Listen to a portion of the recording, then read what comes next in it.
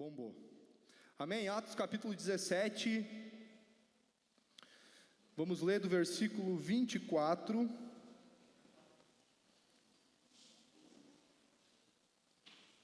até o versículo 30. Posso ler? 24 ao 30.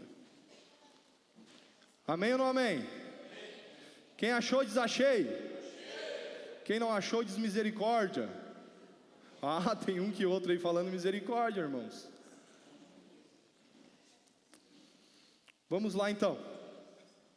O Deus que fez o mundo e tudo que nele há é o Senhor dos céus e terra, e não habita em santuários feitos por mãos humanas. Ele não é servido por mãos de homens, como se necessitasse de algo, porque Ele mesmo dá a todos a vida, o fôlego e as demais coisas. De um só fez Ele todos os povos, para que povoassem toda a terra, tendo determinados tempos anteriormente estabelecidos, e os lugares exatos em que deveriam habitar. Deus fez isso para que os homens o buscassem e talvez, tateando, pudessem encontrá-lo. Embora não esteja longe de cada um de vós, pois nele vivemos, nos movemos e existimos. Como disseram alguns dos poetas de vocês, também somos descendência dele. Assim, visto que somos descendência de Deus, não devemos pensar que a divindade é semelhante a uma escultura de ouro, prata ou pedra, feita pela arte e imaginação do homem. No passado, Deus não levou em conta essa ignorância, mas agora ordena que todos, em todo lugar, se arrependam. Até aí. Queridos, esse texto é um texto muito interessante, porque nós vemos nesse texto, a palavra de Deus dizendo que Ele é o Deus que Ele fez todas as coisas. Ele não é um Deus que é feito pela mão humana, por santuário, feito por mão humana. Ele não é um Deus que Ele está na dependência do homem, mas Ele é o Deus que Ele é onisciente, onipresente e onipotente. Ele é o Deus todo-poderoso, Ele é o Deus que sabe de tudo, Ele é o Deus que está em todos os lugares, Ele é o Deus que Ele é perfeito. E o nosso maior desafio aqui na terra, além de ser também evangelizar e falar de Jesus, é nos tornarmos aquilo que Cristo é, para que cada vez mais as pessoas possam olhar para mim e para você e desejar esse Jesus. E a Bíblia fala que Ele não é servido por homens como se necessitasse de algo, porque Ele é o Deus que Ele dá o fôlego, que Ele dá a vida. Tudo vem dEle, tudo vem do Senhor, e nós precisamos reconhecer isso na minha vida e na sua. Talvez hoje você olha para a sua vida, eu olho para a minha e eu penso, meu Deus, a minha vida eu estou passando por algumas dificuldades, tem coisas que eu nem sei como resolver, tem coisas que eu nem sei por onde começar, mas eu quero dizer uma coisa para você, que não importa a forma que esteja a sua vida, o Deus que nós conhecemos e o Deus que nós andamos, Ele é o Deus que nos dá fôlego e vida todos os dias. Então, se você acorda pela manhã, apesar de ter muitos problemas, mas se você está respirando, você já tem motivo para agradecer ao Senhor. Você já tem motivo para ter um coração grato diante de Deus, um coração que agradece a Deus. Por quê? Porque dele vem o fôlego, dele vem a vida. E talvez você diga, mas cara, minha vida está arrebentada, mas você está respirando. Então, louve ao Senhor, seja grato ao Senhor. 1 Tessalonicenses 5,18, a Bíblia diz, em tudo dai graças, porque esta é a vontade de Deus em Cristo Jesus. A vontade de Deus para cada um de nós é ter um coração grato na sua presença. Às vezes a gente se pergunta, qual é a vontade de Deus? A vontade de Deus é que nós sejamos gratos. E nós precisamos, queridos, compreender que gratidão não tem a ver com as coisas que eu tenho, gratidão tem a ver com quem eu sou nele. Ah, mas eu não sou tão grato porque eu ainda não ganhei aquilo que eu queria. Deixa eu dizer para você, você já ganhou tudo que você precisava, você já tem Jesus. Então, mesmo que você não tenha, talvez, a condição financeira que gostaria, o trabalho que gostaria, muitas coisas não acontecem da forma que você gostaria, eu quero dizer para você que você tem todo o motivo de ser grato a Deus. Por quê? Porque você já tem Jesus, então seja grato. Você está respirando, então seja grato. Então gratidão não tem a ver com, Deus, se tu me abençoar mais uma vez eu vou começar a ser grato. Não, queridos, se essa é a condição para a gente ser grato, quando a bênção vier a gente vai ser ingrato de novo. Sabe por quê? Porque quando vier essa bênção a gente vai querer outra bênção, e a gente vai querer ser alimentado de bênção em bênção. Mas eu quero dizer algo para você: a bênção ela não alimenta ninguém, quem alimenta eu e você é a presença de Deus. Então, se a presença de Deus não for o grande motivo da sua gratidão, as outras coisas também não serão. E aí nós podemos trilhar um caminho e buscar entender, meu Deus, por que eu não consigo ter o coração grato? Porque talvez o foco que você tem para ser grato a Deus não está correto. Não é com aquilo que é o mais importante na sua vida e na minha vida, que é a presença do Senhor. É tudo o que nós precisamos. E sabe, queridos, por mais que eu ministre várias palavras aqui junto com vocês, algo que Deus sempre faz como o início de uma ministração que eu vou pregar é sempre ressaltar o devocional e a busca incessante pela presença de Deus. Porque você pode conquistar todas as coisas, se você não estiver buscando a presença de Deus, você não conquistou nada. Porque a presença de Deus, ela é tudo na nossa vida. Eu estou lendo um livro, e o nome desse livro é Amado Timóteo. E nesse livro, eu sou tratado como se eu fosse Timóteo, e ali tem muitos pastores experientes, com 10, 15, 20, 25 anos de ministério. Então eles estão escrevendo cartas e recomendações, como se eles fossem Paulo na minha vida, e eu fosse Timóteo recebendo instruções de Paulo. E ali naquele livro eu fico como personagem de Timóteo. Eles começam a dar algumas diretrizes a respeito do ministério, de coisas que eles fizeram que deu certo, coisas que fizeram que não deu tão certo. E ele fala assim: se alguém faz a obra de Deus e não ora incessantemente, não ora de uma forma profunda, essa pessoa tem que estar ciente de que ela não é uma ministra de Deus. E na verdade, ela não só deixa de ser uma ministra de Deus, porque ela é orgulhosa, porque se ela faz a obra de Deus sem oração, então ela é soberba, porque ela acha que pode alcançar sucesso sem o poder de Deus, porque o poder de Deus vem através da oração. Então, ali eu estou sendo muito edificado e aprendendo muitas coisas com aqueles pastores que eu creio que vão me ajudar a me desenvolver na presença de Deus. Então entenda, querido, que gratidão não tem a ver com as coisas que você ainda deseja receber. Se eu ganhar mais essa coisinha eu vou ser grato. Desculpa, você vai continuar sendo ingrato. Agora, quando você entender que a presença de Deus é tudo, você já vai ser grato pela presença. E quando vier a bênção, então você vai dar mortal de alegria, porque você vai entender que já é bônus, já veio até demais. Quantos entendem o que eu estou falando? Então a gratidão, ela não tem a ver com eu ser abençoado mais uma vez. Você entende isso? É aquela coisa assim que às vezes a gente ouve algumas pessoas falar, né? Deus, se o Senhor me der tal coisa, eu me entrego para ti. Deus dá e a pessoa não se entrega. Por quê? Porque ela não queria se entregar de coração. Ou ela vem e não permanece. Por quê? Porque o principal não era Deus, era resolver alguma coisa. O maior milagre que Deus pode fazer, querido, não é curar uma pessoa fisicamente. O maior milagre que Deus pode fazer é transformar a vida de uma pessoa, é mudar o caráter de uma pessoa. Esse é o maior milagre. Então, gratidão não tem a ver com aquilo que você vai receber. É a mesma coisa a questão financeira na vida do cristão. Eu não oferto porque eu não tenho. Talvez você não tem porque não oferta. Talvez é o contrário.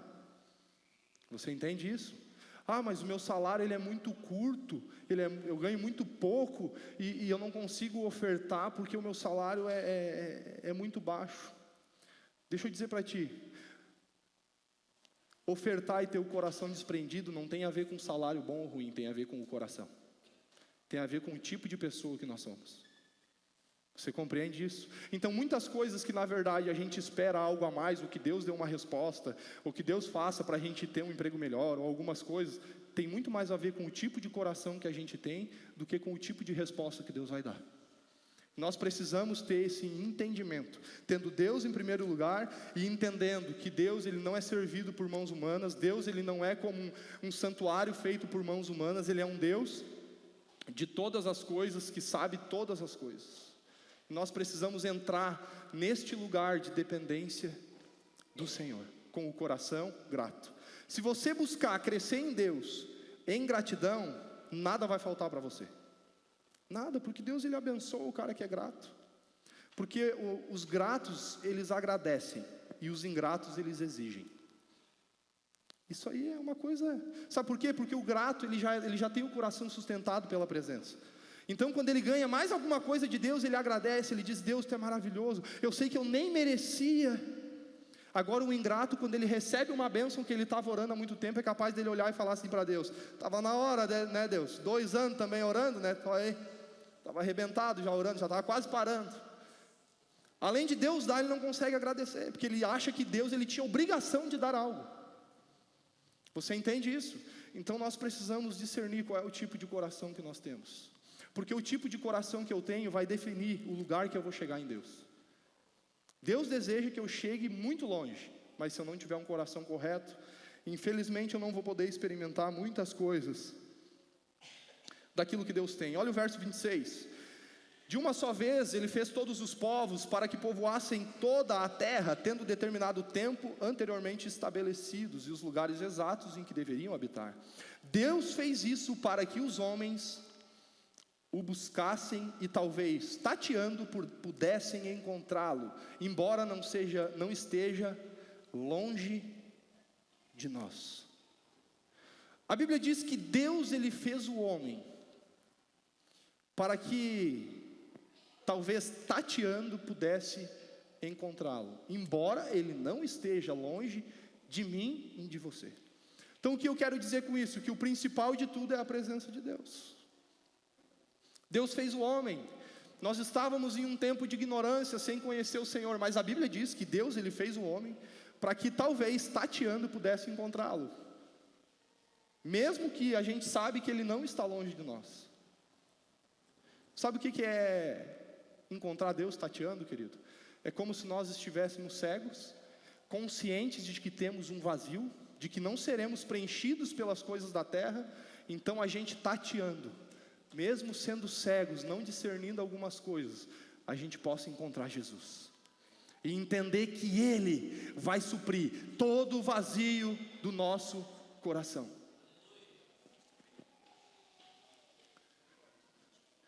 O David, ele pode ser tudo para mim, embora eu sei que ele é tudo para a Thalia, mas é só um exemplo. É verdade, diz ela, pouco apaixonada. Ai, que bonitinho. Viu?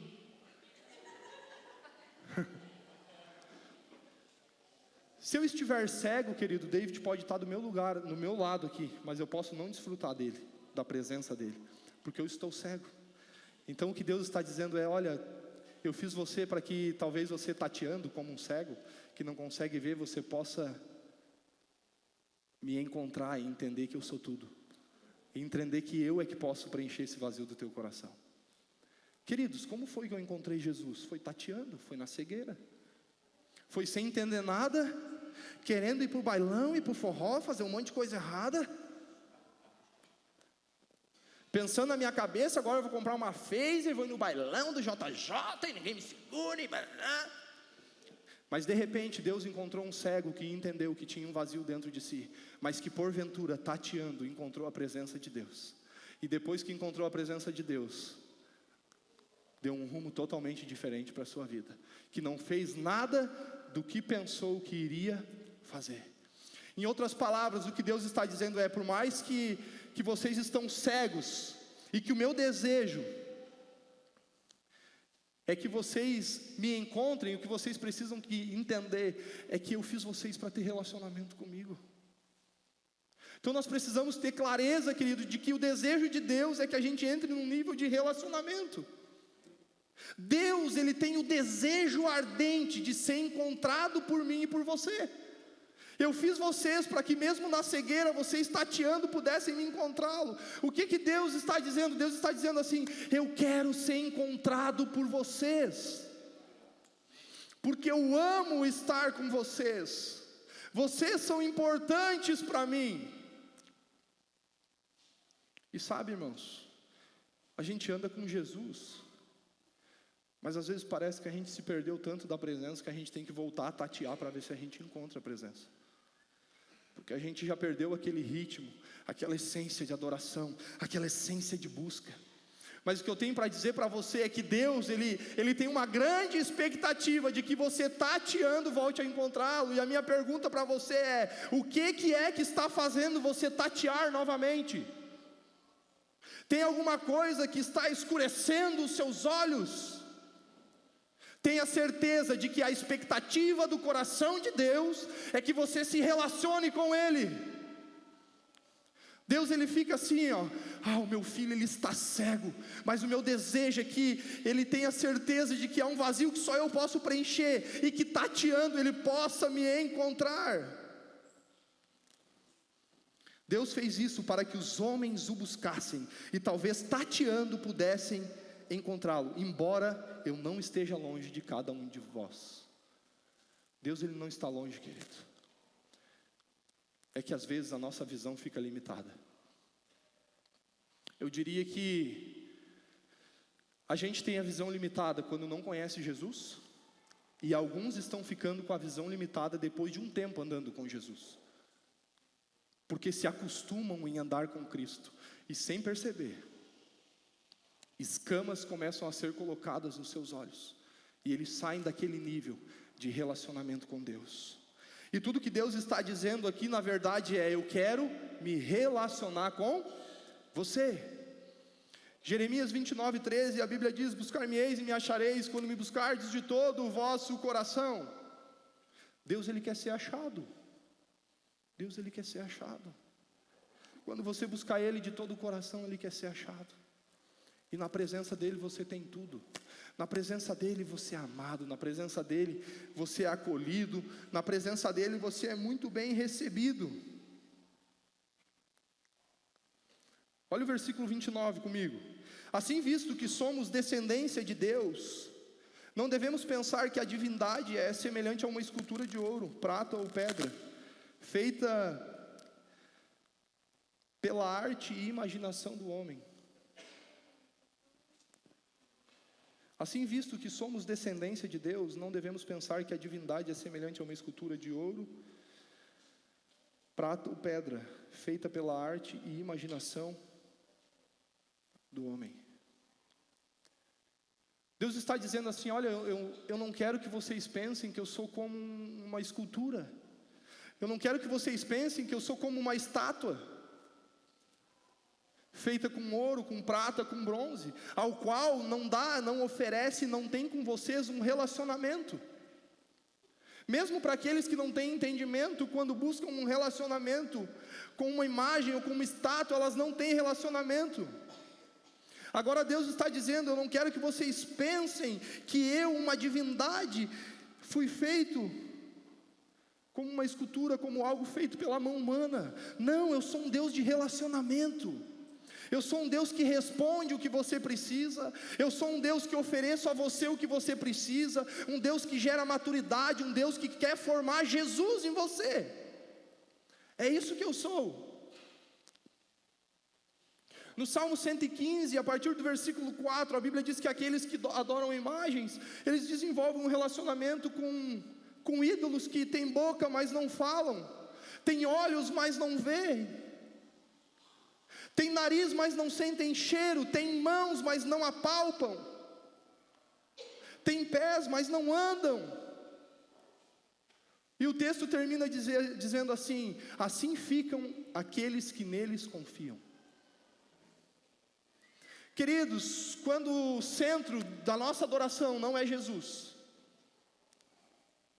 e a gente vê, mesmo às vezes talvez congregando, que a gente não está se tornando aquilo que Jesus é, a gente está se tornando a imagem do Deus que nós prestamos adoração.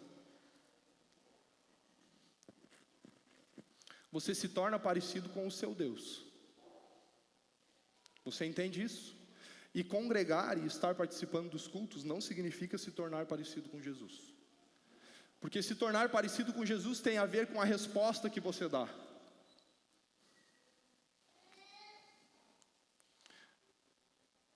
A Bíblia diz em João: aquele que tem os meus mandamentos e os guarda, esse é o que me ama. Ou seja, nós somos chamados a ter o mandamento e depois guardar. Ou seja, eu vou guardar um mandamento como fruto de algo que já está dentro de mim. Todo procedimento, ele deve ser apenas um resultado de algo que já foi gerado dentro de mim. Essa sempre foi a ideia de Deus. Versículo 30. No passado, Deus não levou em conta essa ignorância, mas agora ordena que todos os homens em todo o lugar se arrependam.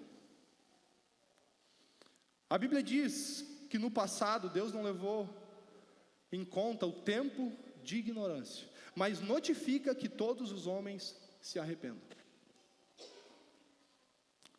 Eu queria falar um pouquinho para você a diferença do tempo de ignorância e do conhecimento da verdade. Queridos, o tempo de ignorância é quando você faz algo sem entendimento. Deus, ele espera um arrependimento da minha parte e da sua.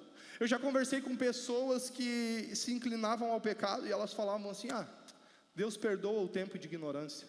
Não confunda tempo de ignorância com libertinagem.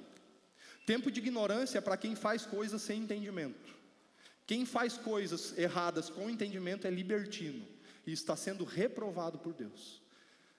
Quem está no tempo de ignorância também está sendo reprovado. Qual é a diferença do que peca no tempo de ignorância e do que peca tendo conhecimento da verdade? A diferença é que o que peca no tempo de ignorância, ele ainda pode experimentar da misericórdia e da graça de Deus. Mas o que peca tendo conhecimento da verdade, qual é a misericórdia e a graça que vai alcançar ele? Nenhuma. Por quê? Porque quem está no tempo de ignorância ainda pode se arrepender. Agora, quem conhece a verdade e não muda de vida, vai se arrepender como? Ele já sabe que Jesus morreu na cruz, ele já sabe que Jesus o ama, ele já leu toda a Bíblia, mas ele não muda. Qual é o sacrifício que resta para essa pessoa? Quantos compreendem isso que eu estou falando? Por isso que eu tenho muito temor no meu coração, queridos, de andar com Cristo e talvez coisas na minha vida não romper. Porque pior do que pecar no tempo de ignorância é pecar quando conhecemos a verdade.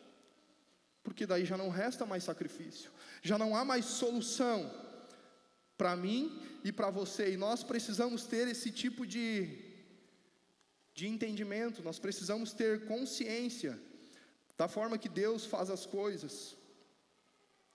No tempo de ignorância, o camarada que peca, ele tem a oportunidade de ser restaurado.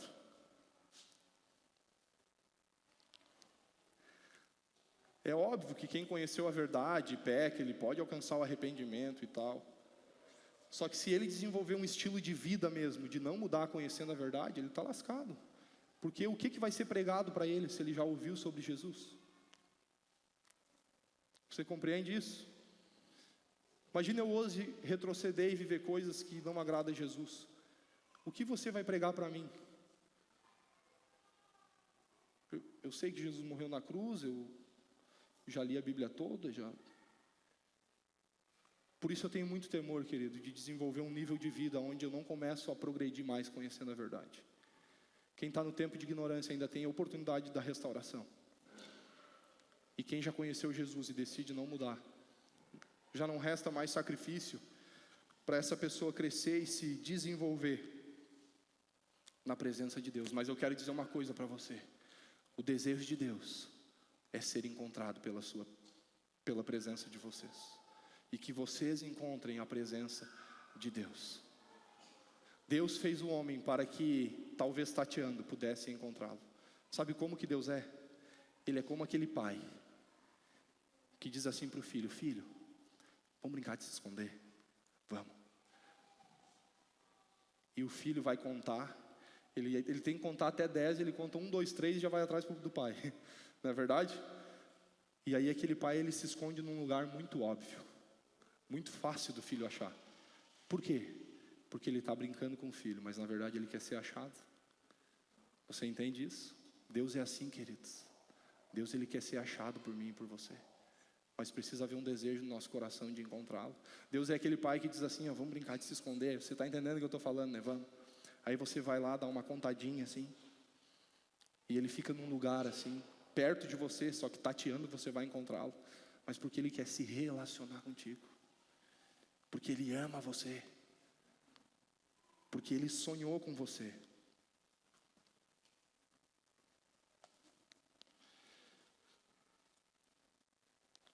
Vamos abrir a palavra de Deus em 2 Pedro capítulo 2.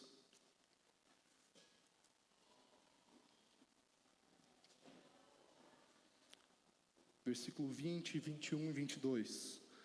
Amém? Passo a ler porque o horário está correndo. Se tendo escapado das contaminações do mundo, 2 Pedro capítulo 2, versículo 20. Se tendo escapado das contaminações do mundo, por meio do conhecimento de nosso Senhor e Salvador Jesus Cristo, encontram-se novamente nelas, enredados e por ela dominados, estão em pior estado do que o princípio. Teria sido melhor que não tivessem conhecido o caminho da justiça. Olha o que a Bíblia está dizendo, querido, que uma vez que a gente abandonou o pecado, se a gente voltar ao pecado, teria sido melhor não conhecer o caminho da justiça. É isso que a Bíblia está dizendo. Do que depois de o terem conhecido, voltarem as costas para o santo mandamento que lhe foi transmitido. Confirma-se neles que é verdadeiro o provérbio: o cão voltou ao seu vômito, e ainda a porca lavada volta a revolver-se na lama. Querido, a Bíblia diz, olha só que esse texto ele é muito forte, ele é muito claro, mas ele é muito forte, que uma vez que a gente alcançou a santificação, que a gente viveu o que Deus tinha para nós, se a gente voltar ao pecado, teria sido melhor que a gente não conhecesse a verdade do que conhecer a verdade. E por que a Bíblia está falando isso? Justamente porque se eu peco no tempo de ignorância, eu ainda tenho a oportunidade de me arrepender. Então quando Deus diz assim, que Deus não leva em conta o tempo de ignorância, não é que Deus não se importa com o tempo de ignorância, com as coisas erradas que a gente faz. O que Deus está dizendo é, a morte que você merecia por causa do tempo de ignorância, você não vai precisar morrer. Mas agora Ele notifica que se arrependam, para ter um novo procedimento. Amém? Então seria melhor não conhecer. Porque o cão voltou para o vômito, e a porca ela voltou para a lama. E aí nós compreendemos, queridos, quantos têm clareza, por exemplo, que sempre que alguém se desvia, é muito difícil essa pessoa voltar? Quantos têm clareza disso? Como é difícil esse processo da pessoa voltar depois que ela se desvia? Por quê? Porque há uma perseguição espiritual com aqueles que se desviaram. Mateus capítulo 12, do versículo 43 a 45, um texto muito conhecido por nós, diz assim, que quando o espírito imundo ele sai do homem, ele anda por lugares áridos, tentando buscar repouso, mas não encontrando, ele quer voltar para a casa que ele estava. E voltando para essa casa, encontrando ela vazia, varrida e ornamentada, ele vai trazer consigo mais 7 demônios. Então por que alguém que sai do propósito de Deus se torna tão difícil voltar aos caminhos de Deus? Porque existe uma perseguição de demônios para que essa pessoa não volte aos caminhos do Senhor. Então a barreira espiritual, a ação do diabo, ela se torna algo muito forte na vida da pessoa. Mas nós entendemos que o maior prejuízo de um homem não é o pecado, é se afastar da presença. Já falamos isso aqui. Porque o problema da casa não era a limpeza, porque a Bíblia diz que ela estava varrida. Não era enfeites, a Bíblia diz que ela estava ornamentada. Mas o problema da casa era a habitação, porque a casa estava vazia. Então mais importante do que não pecar é andar com Jesus. E se você andar com Jesus, então você não vai pecar. Amém?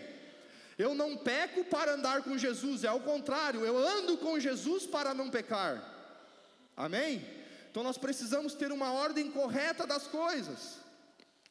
Porque nós conhecemos vários homens, queridos, que são homens bons de família, são aquelas pessoas assim que você vê que são gente boa. E aí a gente conversa com algumas pessoas, elas dizem assim, meu Deus, aquele cara, ele é demais, só falta Jesus, falta tudo. Não tem Jesus, falta tudo. Porque uma casa limpinha e ornamentada, com comportamentinho bonitinho, que agrada a esposinha, passeia com os filhinhos, mas que não se relaciona com Jesus, é uma casa preparada para a habitação de demônios.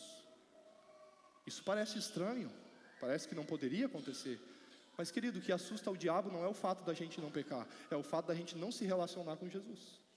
Mas é óbvio que se a gente não se relaciona com Jesus, a gente vai acabar pecando, óbvio. O que prova a intensidade da nossa intimidade é a intensidade da nossa santificação. Você compreende o que eu estou falando? Então nós precisamos ter essa dimensão do porquê que se torna tão difícil uma pessoa voltar aos caminhos do Senhor depois que algo acontece. Só anote, eu vou ler aqui Hebreus 10, a partir do versículo 26. Se continuarmos a pecar deliberadamente depois de recebermos o conhecimento da verdade, já não nos resta sacrifício pelos pecados, mas tão somente uma terrível expectativa do juízo de fogo intenso, que consumirá os inimigos de Deus. Olha o que a Bíblia está dizendo: se continuarmos a pecar deliberadamente, já não resta sacrifício por mim e por você. A cruz, ela não serve para mim e para você. Não que ela perdeu o valor, mas que você não se apropriou da cruz. Amém? Então é isso que a Bíblia está dizendo. A única coisa que nos resta é um juízo de fogo que consumirá os inimigos de Deus. Ah, mas eu não sou inimigo de Deus. A Bíblia diz que aquele que se faz amigo do mundo constitui-se inimigo de Deus. Então, se você está em pecado, andando alinhado com o mundo, talvez o inimigo de Deus, que vai provar do fogo do juízo, é de você mesmo que Deus está falando.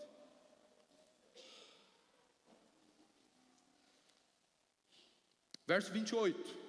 Quem rejeitava a lei de Moisés morria sem misericórdia pelo depoimento de 2 ou 3 testemunhas. Quão mais severo castigo julgam vocês? Merece aquele que pisou aos pés do Filho de Deus, profanou o sangue da aliança pelo qual foi santificado e insultou o Espírito da graça. Pois conhecemos aquele que disse: a mim pertence a vingança, eu retribuirei, e outra vez o Senhor julgará o seu povo. Terrível coisa é cair nas mãos do Deus vivo.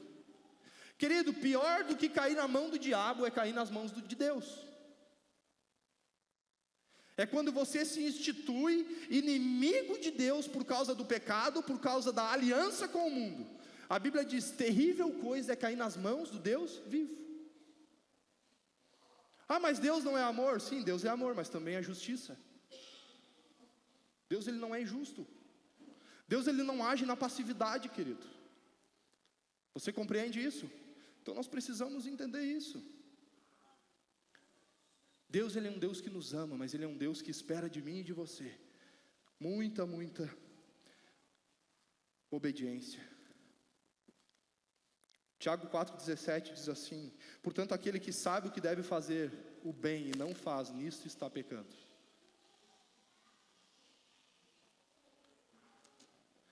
Aprenda que todo o sucesso espiritual e ministerial de uma pessoa está no quanto ela se relaciona com Deus. Essa é uma regrinha básica do Evangelho. Não existe outro caminho. O caminho é se relacionar com Deus. É ter um relacionamento profundo. Deus, ele nos ama. Ele morreu por cada um de nós para que a gente tivesse uma vida diferente. A Bíblia diz em Isaías 43 que ele foi rejeitado. Ele foi oprimido. Ele foi moído. Ele passou por muitas coisas por mim e por você, porque ele nos ama. E a Bíblia diz também que ele morreu como uma ovelha muda. Sabe, queridos, não foi por acaso que ele morreu como uma ovelha muda. Jesus sabia a dificuldade da murmuração do ser humano. E traz um ensino para nós: aprenda a morrer sem murmurar.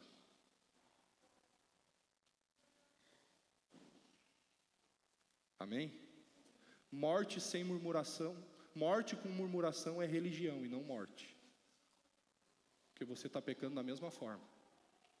O que é religiosidade? É se julgar espiritual quando na verdade a gente é muito carnal.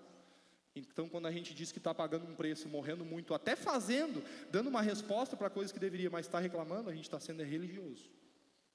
E não pessoas que estão morrendo em Cristo. Você está entendendo o que eu estou falando? A palavra de Deus diz em Provérbios 12:18 que alguém a cuja tagarelice é como pontas de espada, mas a língua dos sábios é medicina. A forma que você usa a sua boca vai definir se é ponta de espada para ferir ou medicina para curar. Mas entenda que Jesus, ele morreu como ovelha muda.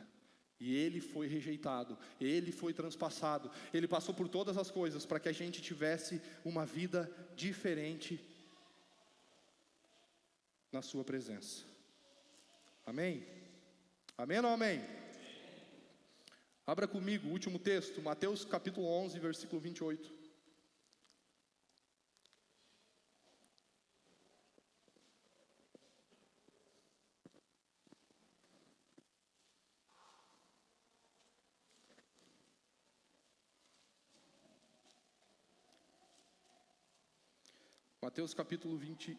Mateus capítulo 11, versículo 28. Mateus 11, versículo 28. Amém, irmãos? Vocês estão felizes ainda? Estão me amando ainda? Aleluia ou não aleluia? Glória ou não glória? Nós somos uma igreja que prega a verdade, amém, irmãos? Jamais abriremos mão de falar da verdade de Deus. Mateus capítulo 11, versículo 28. Venham a mim todos os que estão cansados e sobrecarregados, e eu lhes darei descanso. Até aí, a gente já continua.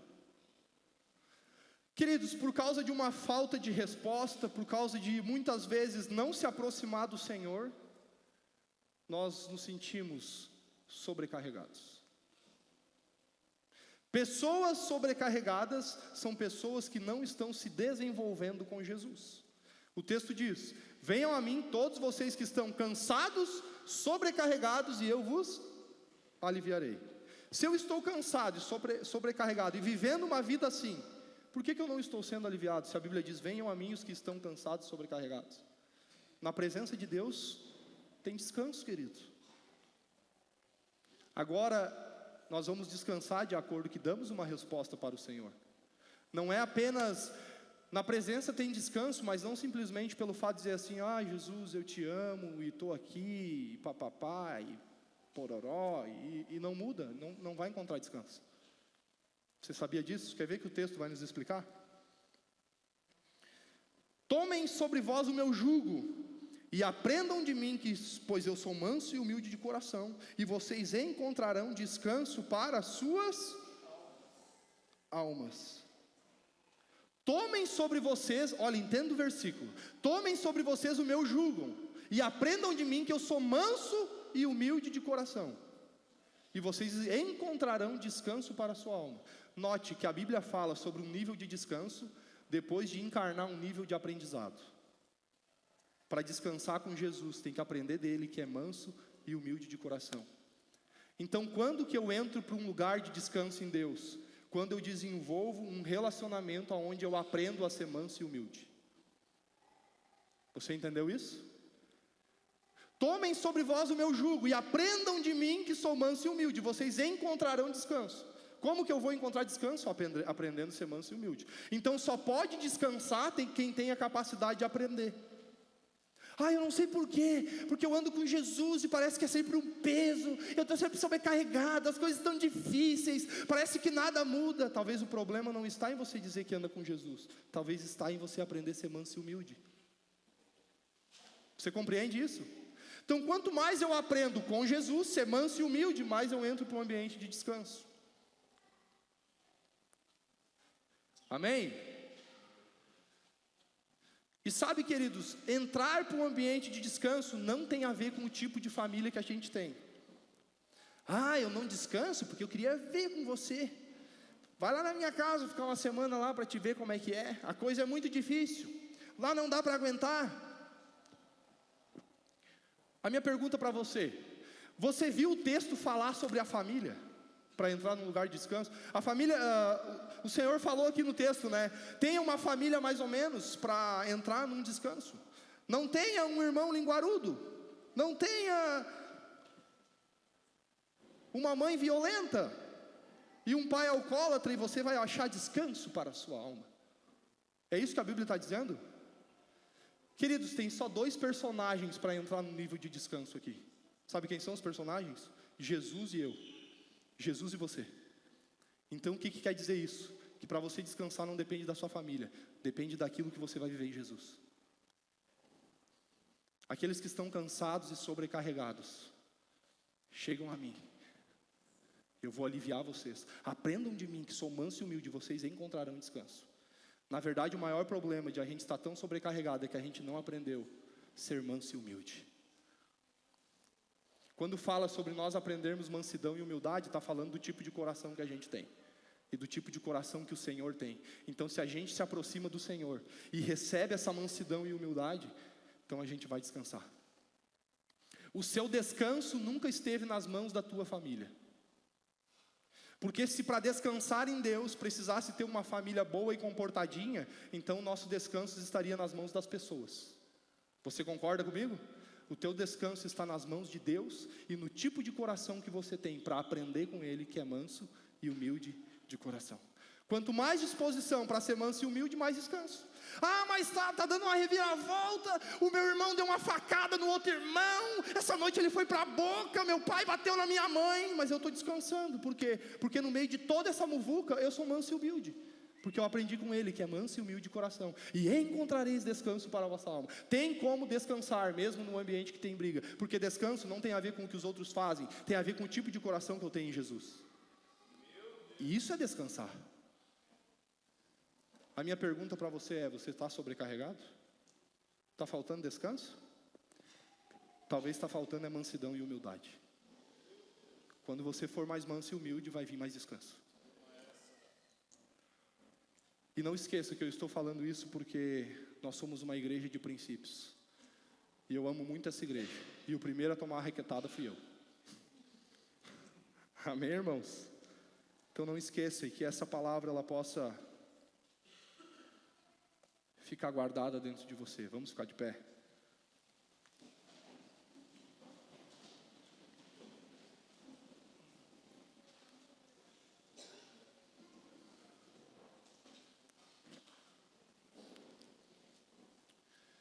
Queria que você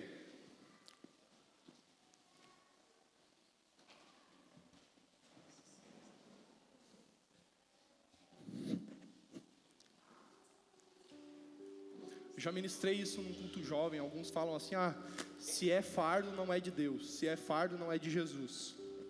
Negativo, queridos. Se é fardo pode ser de Deus e pode ser de Jesus. Porque Jesus disse: o meu fardo é leve. É leve, mas é fardo. Ele não disse que não é fardo, ele disse só que era leve, mas é fardo. Então não use da desculpa de que fardo não é de Deus para se isentar das suas responsabilidades.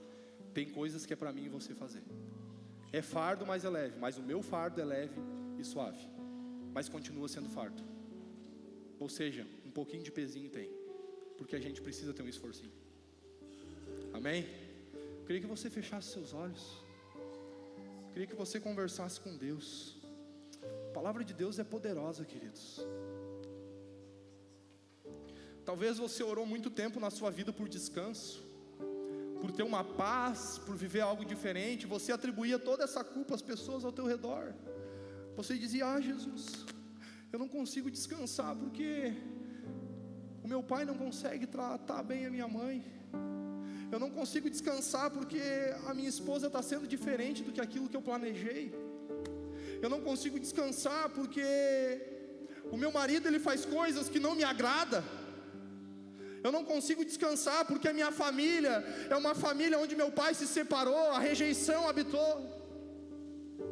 Mas Jesus diz para você: aprenda de mim que sou manso e humilde de coração, e você vai ter descanso para a sua alma. O descanso que eu tenho para você não tem a ver com as pessoas ao teu redor, tem a ver com o tipo de coração que você tem e que você passa a ter diante da minha presença. Ore ao Senhor, querido. É o seu tempo com Deus.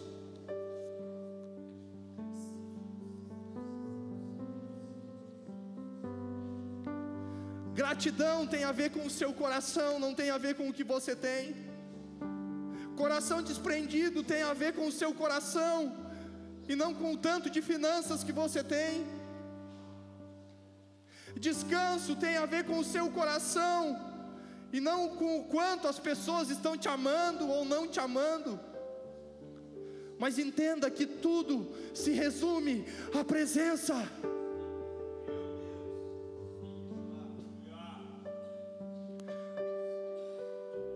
Você pode estar fazendo muitas coisas na terra, conquistando coisas que você sonhou, mas dentro de você pode ter um homem e uma mulher de Deus, que chora todos os dias, porque sabe que está fora do propósito de Deus.